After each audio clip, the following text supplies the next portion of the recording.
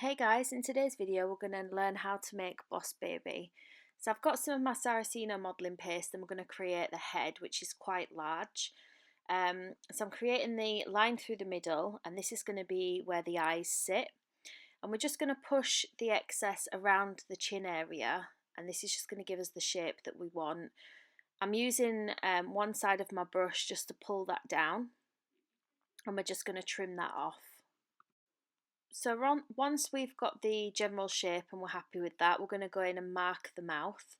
So I've got a picture up, as you can see, on my phone, and I'm just going to mark in the smile line, and then we're just going to use the scalpel just to open up that mouth area and lift the top lip, and then we're just going to use the back of the Dresden tool just to push that top lip area up, smoothing it with your fingers and also smoothing it with your tool just to create the shape for the lip at the top.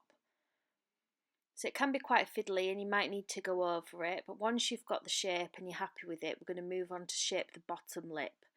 So again, with the back of the tool, we're just going to mark in that lower lip line and just push that area of the lip. Now he has got quite a small mouth, so it doesn't need to be too big. So you can see that I'm just going over the top area there and pushing it in to shape a little bit more. So just keep having a play around until you're happy, cutting in some extra smile lines just with the scalpel there, and then just pushing up with your finger. So you can see that I do keep going back and just reshaping little areas until I'm happy. The mouth is one of those things that I could play around with all day just to get perfect. He's got kind of a bit of a smug, smirky look on his face for the picture that I'm going for. We're going to create some little dimples just using the back of, this is one of the Serrat tools, but you can use a thin paint brush or a cocktail stick to create those dimples. And then we're just going to create the nose. So just a tiny little blob that we want for the nose. Just using my little fingers just to create some shape and definition in the eyes. And we're just going to push that on with the Dresden tool and blend in the line. So just with the tip, we're going to put in some little nostrils. And then we're going to start to work on the eyebrows. So just using my thumb and pushing down that brow line. One eyebrow is higher than the other, so we're going to create one a bit lower and one a bit higher.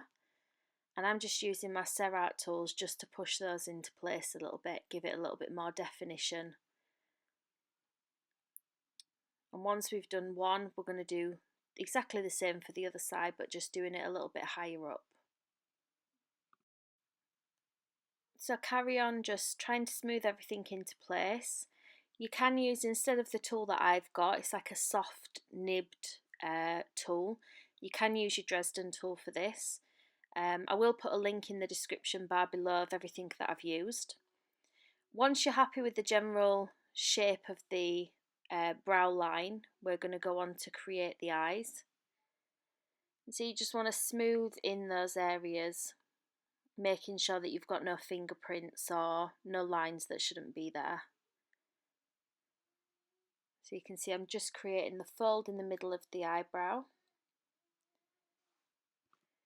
So once you're happy with the general shape, I did leave this to dry just for about 10 minutes just to firm up a little bit. And then we're going to go in and create the eyes. Now the easiest way for this is I created one line at one side and one line at the other side. The eyes will be slightly different on each eye because one side hasn't got as much visible as the other, because obviously the brow goes further down. So if you create the line at the top where they're both going to start, and then you can create the eye below. So from that line, I'm just using the back of the tool and I'm just going to bring the lid down. So you can see there it's sort of like a half semicircle, but quite a long one because he's got quite big eyes. So once you've done this for both eyes, we're then going to go on and put the whites of the eyes in. So it doesn't need to be too deep. If it's the deeper it is, the bigger white that you'll need. So these are quite shallow, and you want to roll kind of like a rice grain that's going to sit in the eye socket, and we're just going to push that in and then pull it down. Now the top line doesn't have to be that neat because we are going to stick an eyelid on there anyway. And so once you've done that, we're going to do the same for the other eye. Again, just rolling your rice grain and then just putting that in the eye socket. I haven't used any water for this, I've just put it in dry. If you do use water, make sure that it is just a tiny bit because you don't want it to be leaking out the sides when you're trying to paint. So you can see we've got the eyes in there, and we're just going to create the lids now. So again, just a very small bit of fondant, checking that we've got the right length. I'm just flattening it with my finger, and we're just going to cut it to shape. Doesn't need to be big at all because he hasn't got big eyelids and there's not a lot of space there anyway. So we're just going to push that onto place. Again, I've not used any water. I'm just using the Saracino to stick it on because it can, you know, it can be quite sticky sometimes, especially when it's hot, so it shouldn't need much water if it does. So just pushing that into place and smoothing out the join. Now because we've added it on here, we don't need to smooth in the join too much because where it is an actual fold that is on people's eyes anyway. So we're going to repeat the same at the other side. Again, just a tiny bit of fondant. If you do get stuck with anything in any of my videos, you can reach out to me on Facebook. I do have my own Facebook group, which is Cake Nation Academy. So you can always catch me on there if you've got any questions. It's quite a nice group. We all help each other out with different things. So you can see it's starting to take shape now. After this, I did leave it again to dry just for about 10-15 minutes, just to let it firm up a little bit so that it didn't change shape when I was working on it. So we're going to create the eyes. So his eyes are a bit of a bluey, greeny colour. So I've taken some sugar flare jade and we're just going to create the outline. So you don't see the full pupil in the face that I'm doing. He's sort of got his eyes a bit closed. So we're just doing a half semicircle, just basically similar to the shape of the eye, but just on a smaller version. You want to see some of the white, but not all of the white.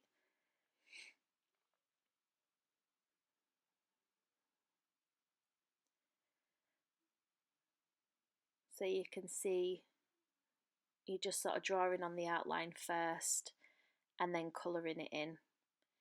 We're going to go over this with some different colours just to create the same tones as what's in the picture.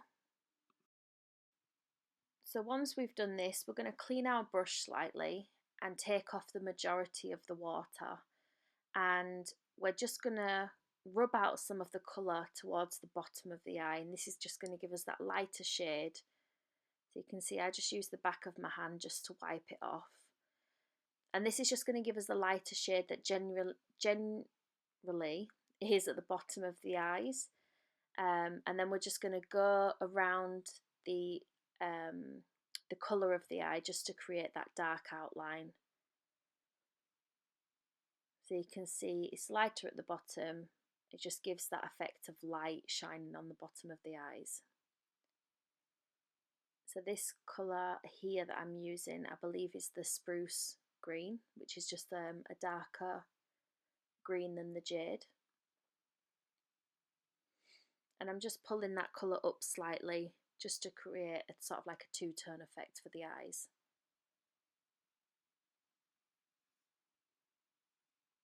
So if there's any other tutorials you would like to see me do, you can comment below, and I'll just add it to the list of things that I'll do over the next couple of weeks. I've got some pink and we're just going to use that on his cheeks just to create a bit of a blush. So you don't want too much, but I always do cheeks and nose. And then we're going to colour in his lips. So whenever I colour in lips, I always use the powder that I've used for the cheeks if it's a boy. And we're just going to mix that with a little bit of Trex and then push this into place on the lips. Now it's quite good because it doesn't dry shiny, and it just gives a really natural look. If it was a woman that I was doing with lipstick on, I would again get the powder and add it with a little bit of Trex and paint that on. So just going over the eye line area, just the sort of like the rim of the pupil we're going to do.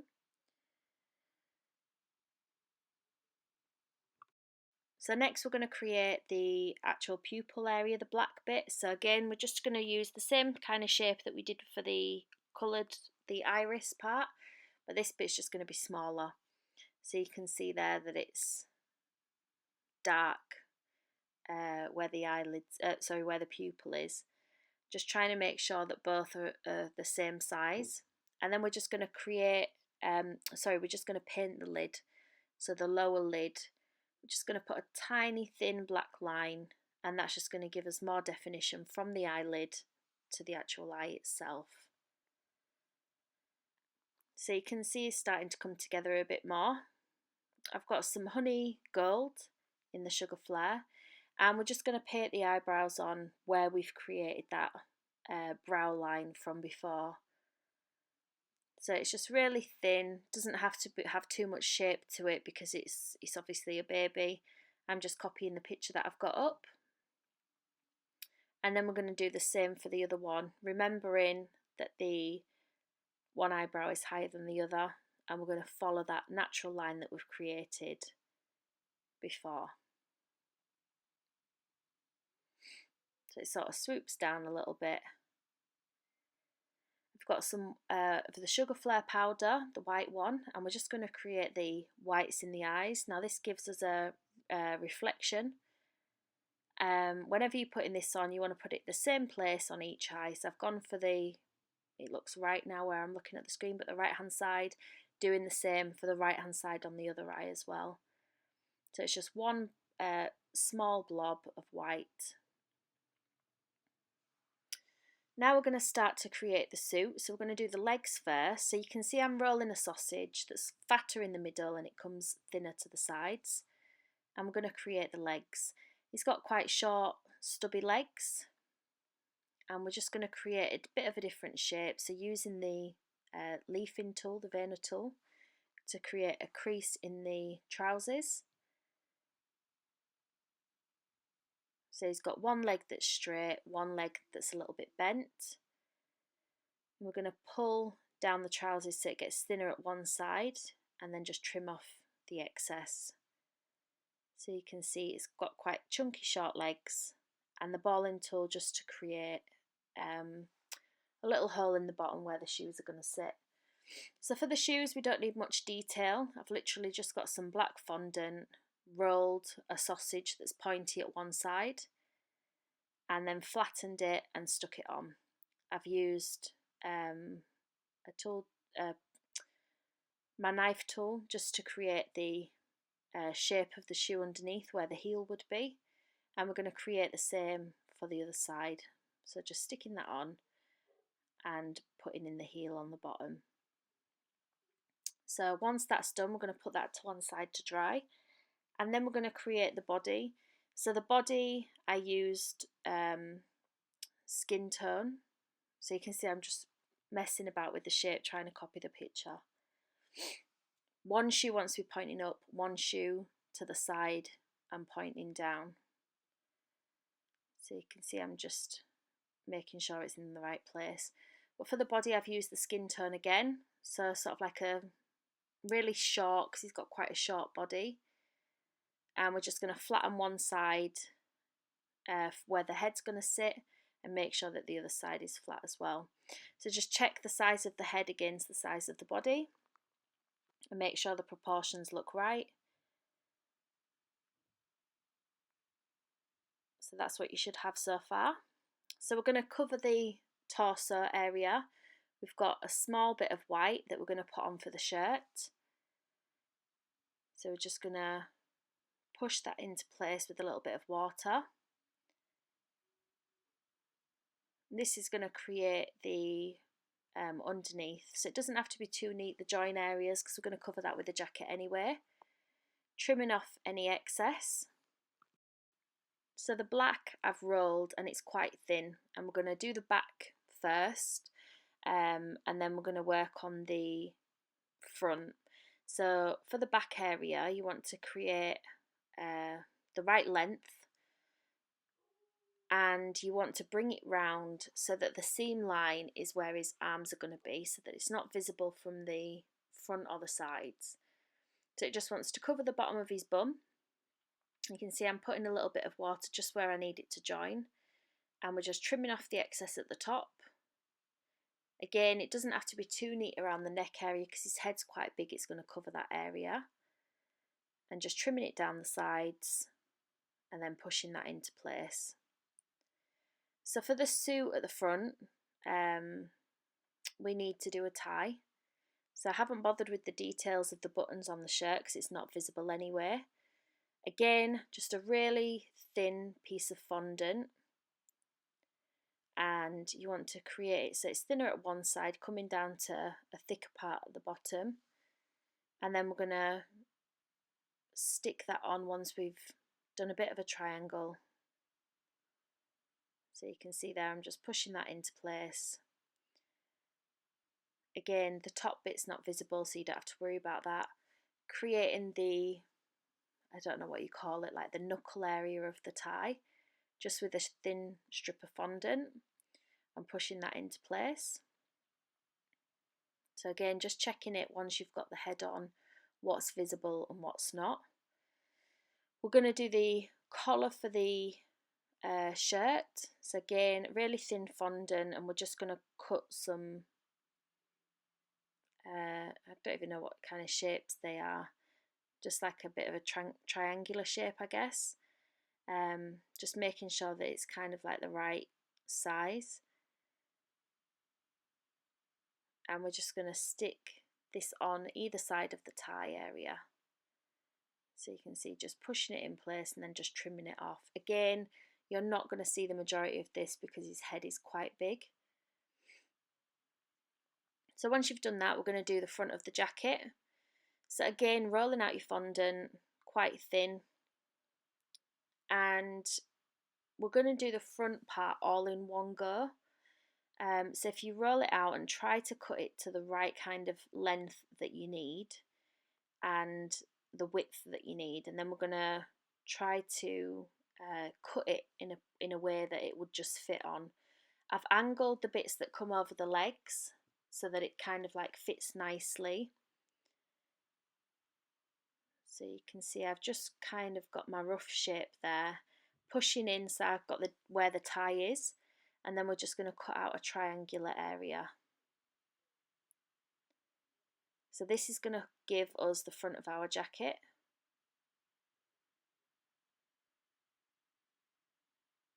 So you can see that's what we're kind of going for. A little bit from the bottom, and we're just going to use water to stick this on. So again, pushing it into place. Any excess that we've got, we're going to trim off, making sure that you push it right around the legs, trimming off the excess on the top. And then you can see that one side of the leg is covered by the majority of the jacket. We're going to trim that down too. So you can see I'm just using my scalpel to go where the join is on the jacket. And then just trimming off.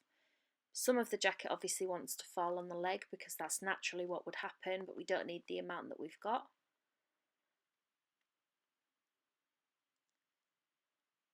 So we're going to create some pockets and some buttons. So just tiny little balls of black for the buttons, and we're just going to stick these on with a little bit of water.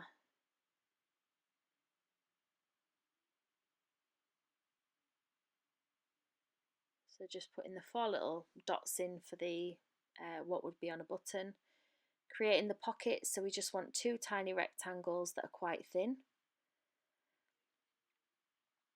And we're just going to stick these on where the pockets would go.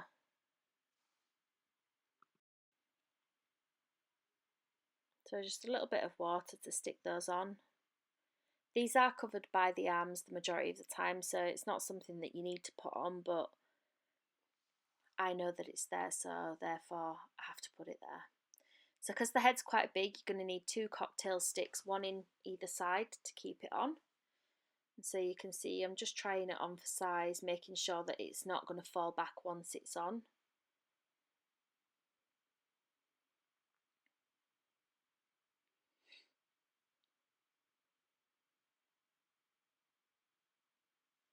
So next we're going to create the hands. So for the hands, you're going to roll out some teardrop shapes and flatten one side. You're going to use the scissors to cut out a triangular area for the thumb. And then we're going to create a line just across very lightly, and then we're going to cut the fingers in. Smoothing off the top end so it's a bit more rounded. And we're then going to mark the back of the fingers just very lightly with 2 lines, and this is going to allow the fingers to bend properly. Now we're going to do 1 finger pointing, so 3 of those fingers need to be bent back and 1 needs to be bent forward, making sure that the joins that are bending have got quite sharp edges, and you need to tuck the thumb away.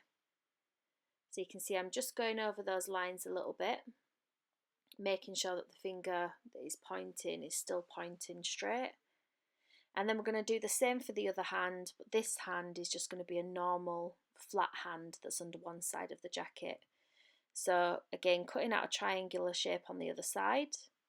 We're going to create the line across the inside of the hand, cutting the fingers, and we're going to round off the edges of those fingers. Once you've got that shape, we're then going to just roll it out on our finger, and that's going to help create the shape of the palm. Now once you've done the hands, the best thing to do is just to leave it for at least 10 to 15 minutes because they need time to firm up. So while those are drying, we're going to work on the arms of the jacket. So again, just some sausage shapes, and we're going to cut part off at the top so it's at an angle so that joins onto the jacket nicely. We're going to do the collar for the jacket, which is something that I should have done earlier but I forgot. So we're just going to cut a long thin strip for the collar, and we're going to put this on and measure it for size.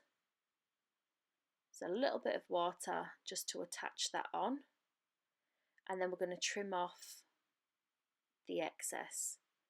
So just using a knife or a scalpel, and you can see I'm just cutting it so it's got that V, so it starts off thin where it joins the jacket and comes back up. It's a bit difficult to see because it's black on black, but we all know the kind of collar that's on a suit jacket, and it's just cutting that into place. Again for the other side, so you can see there that I'm cutting it on an angle, and then I'm taking out a little triangular shape there. So putting in the arm, you can see that one arm's coming straight up like that. If you put in a little bit of water just underneath the chin area, then the jacket will stick to that area as well. But I'm just going to put in a cocktail stick and then attach that onto the body so you can see it sticking out there. Sticking in the other side of the hand. So our flat hand is going to just stick underneath there. Just attaching it with a little bit of water.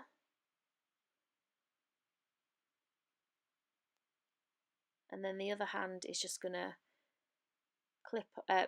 go into where that cocktail stick was.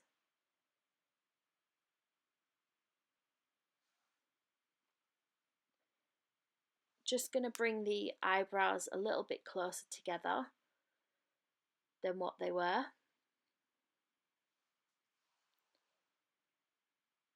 And then we're going to work on the hair. So we're going to create a cap. So I've taken some of the honey gold and created a cap.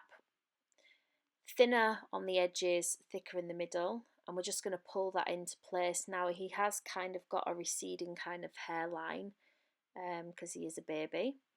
So I'm just pushing that into place, not worrying too much about the neatness of the hairline at the front because we're going to cut that anyway.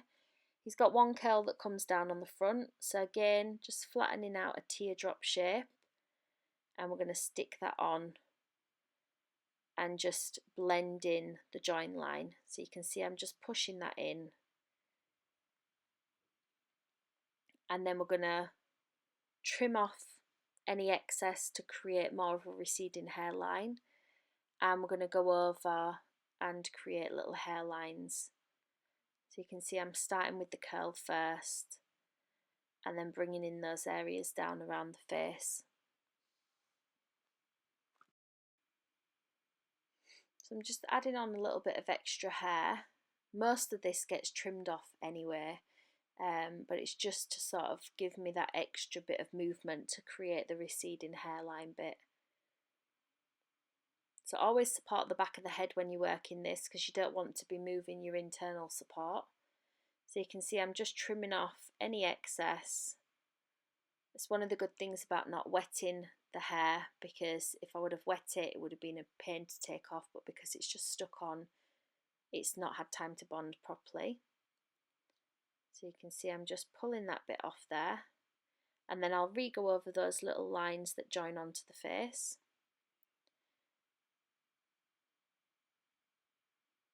We're going to create some ears.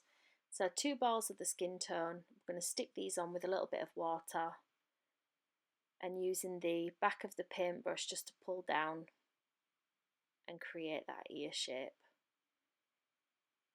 So you can see I'm doing the hairline at the same time. We're going to do the same for the other ear.